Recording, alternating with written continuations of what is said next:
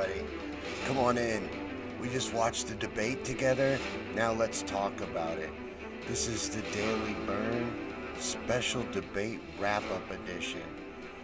I just sat through the 2 hour South Carolina Democratic debate with a really cool watch party of great people, and that's what got me through it. Otherwise, I would be so incredibly triggered right now, I would barely be able to speak to you. But having a good group of people around got me through it, and we're going to talk about why I was triggered by the debate and what the debate was like and what went on there. But hey, Nissa, good to see you here. Some people here on YouTube. Like and share, get this out. Invite your friends. Let's have a little conversation about the debate really quick.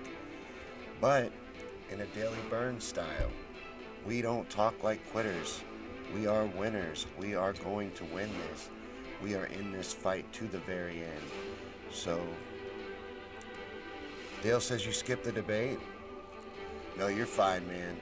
I'm going to tell you what you need to know about it. It was basically an establishment hit job on Bernie Sanders.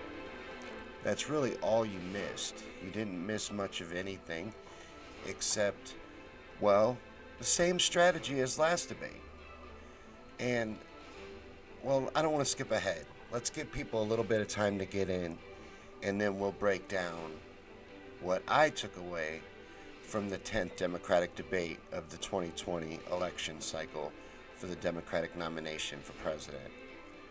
Hey Ginger, good to see some people coming in on Facebook. And this is a special time. Hey Dennis, good to see you, man. You were at the watch party.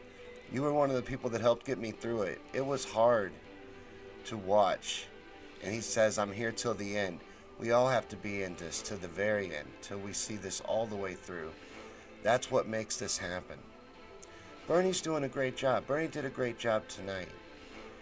You know, I'd say the winner of the debate, as far as the paid off audience goes and what the media is going to say, would be Bloomberg. That audience, we have to address that really quick. Just for a second. That audience was hostile towards Bernie and very, very, very positive towards Mike Bloomberg. And most of the establishment candidates, but especially Mike Bloomberg. Now, I wonder how much that cost him. We all know he's throwing all of his money at this election, at buying the nomination in order to stop Bernie Sanders. So I wonder what it cost him to buy the audience tonight. Dale says, thanks, Sean. That's what I was counting on. No problem, man. The only thing is, I am going to have to break a rule of the Daily Bern, because after watching Pete Buttigieg for 2 hours talk over Bernie Sanders at every opportunity, every time Bernie spoke tonight, Pete Buttigieg was speaking over top of him. And I am a paranoid conspiracy theorist. I own that completely. But I'm telling you, Pete's mic was louder than Bernie's. Pete's mic was louder than everybody's. Whenever there was a cluster of conversation, you could make out what Pete was saying clearly above everyone else. I'm convinced that in the levels, Pete was set to where he could talk over everyone. Steve says tickets were $1,300 to $1,800. That explains it. So it was all rich people. That's why they were hostile towards Bernie Sanders. That makes perfect sense. So I understand now. But we had a really cool watch party, and a lot of people helped get me through it. Like I said, it was hard to watch because the moderators, for one, did a horrible job. A horrible job. Everyone was supposed to get a minute 15 seconds to reply to questions and then 45 seconds for rebuttals. They were letting Bloomberg, especially Bloomberg, talk forever. Klobuchar, Warren, all of them really. The only one that was honoring his time, and he didn't have to, they would have let him go over it, was Biden. And he actually was making kind of a show of honoring his time. But Bernie, anytime he would start talking, for one, Pete would talk over him. And for two, They were ready to cut him off at what felt like less than a minute 15. I wasn't sitting there with a stopwatch. But there were times where Klobuchar was talking so long I started to fall asleep, and I realized that's got to be longer than a minute 15. It takes me longer than a minute 15 to really get going to sleep. Zachary says the audience was bad. Sanders needs to get more people in that room. Well, at $1,300 to $1,800 a ticket, that's not really our crowd. We got a little bit of people here on Facebook. What did you think of the debate? I'm going to break down what I thought.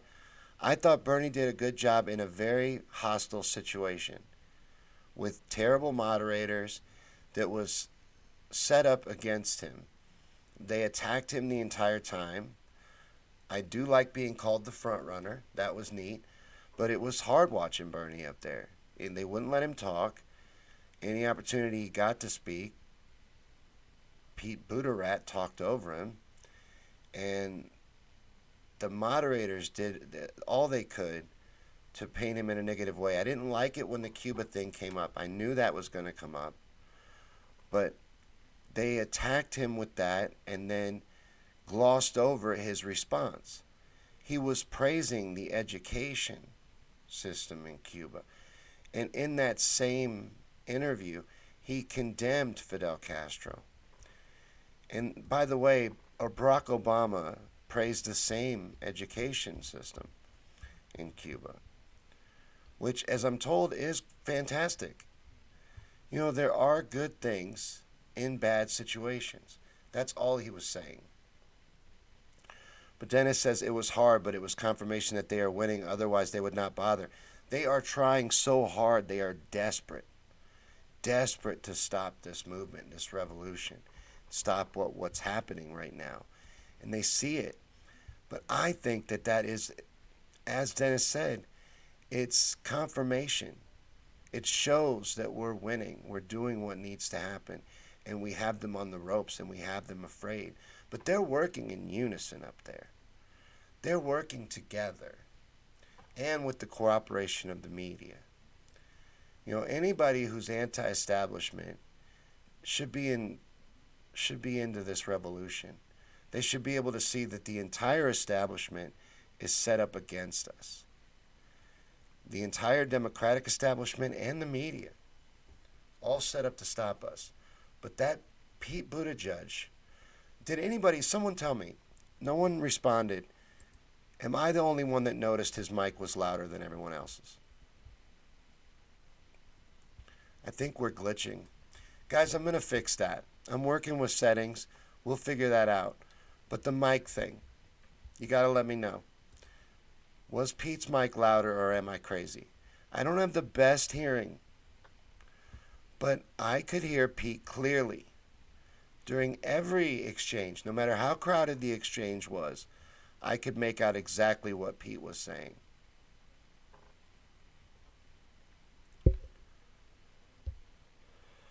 Zachary says, real Democratic. Yeah, charging $1,300 to $1,800 for a ticket. I thought that looked like a really well-dressed audience, you know. So it was basically just a rich people party. But Bloomberg seemed very coached. There was a person at the feed talking about how well Bloomberg did tonight. I think he was extremely coached, probably prepped with the answers in advance even. He's paying that amount of money. He's laying billions of dollars down on this election. He says $1 billion, but I imagine he'll throw whatever it takes at it.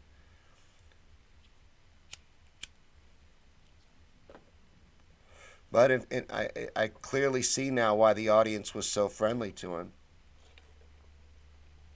Bernie's closer was great. I knew he would use the Mandela quote. He closed with the Nelson Mandela quote. Everything is impossible until it's done.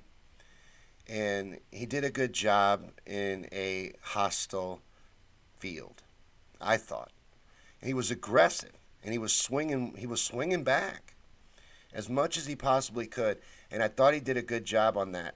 But no one's told me that Pete's mic was louder, so I guess I imagined that. I imagined that Pete's mic was louder than the rest of the mics. Oh no, Dennis says it did seem as if it was. I thought so. I could always make out everything he was saying. And that seemed weird to me. I'm like, in the levels, they got him up louder. Dennis says they gave Hillary the questions so surely his money could buy them. Absolutely. Absolutely. It's not outside the realm of possibilities, and that's sad. Zachary says that he has the support of Jeff Bezos as well. Dale says there's no glitch here. As I said, I failed to tune in, so I don't know about the mic settings. No, I know you don't, but I'm telling you, I noticed it every time. And if you watch back any of the crowded exchanges, you can make out clearly everything Buttigieg is saying. I think that's a little bit strange. But that's the big takeaways from the debate. It wasn't much to speak on. It was horrible moderation. They didn't hold anybody to their time except Bernie. And they led the discussion in aggressive ways towards Medicare for all and set up Pete to do his distraction job on Medicare for all, which every time I hear him do makes me incredibly angry. I hate watching him misdirect people on Medicare for all, but that's what he's up there to do. That's what Pete's role is in this. But there was that, and Bernie did a great job in that atmosphere. What can you expect out of that? I thought it went as well as it could go. It's just a shame that that's the way our debates are ran. That panel of moderators was useless at their job, and that's not an accident. They were terrible at their job on purpose. Their job was basically to lead the conversation towards attacks at Bernie and silence Bernie at the same time. But I think we have a real chance at winning South Carolina. Tell me what you guys think. I am not a political expert by any means, but I cannot see Joe Biden winning. One, Joe Biden's never won before. So this would be the first time Joe Biden's ever won a primary, and I don't see it happening. And two, I think we're coming into this with a lot of excitement and a lot of momentum. So I think we got a good chance here. But I thought the debate was garbage. That's my takeaway. I'm not a political analyst. Like I said, I host a motivational show for the political revolution because we're doing what's going to happen, and we are going to make this happen. But this is part of the game, and it's weaponized propaganda at its finest. I thought Bernie did a really good job in there. Like, there was a particular Trump supporter that was watching in our watch party the whole time, and he didn't really have much, and they tried to give him a lot of ammunition. They spent their whole night trying to convince people that Bernie can't win, and I don't think they succeeded. So we just need to keep moving forward and doing all that we can, and we will make this happen. But thank you guys for hanging out. I had to do some kind of a daily burn today. I just feel like I have to do it every day. It's a habit at this point, and I've got to put it in every day, at least some kind of daily burn. And I wanted to talk about the debate a little bit. I'm glad I was able to, because last time I was pretty upset after the debate. I tried to do a wrap-up after that one, and this went a lot better.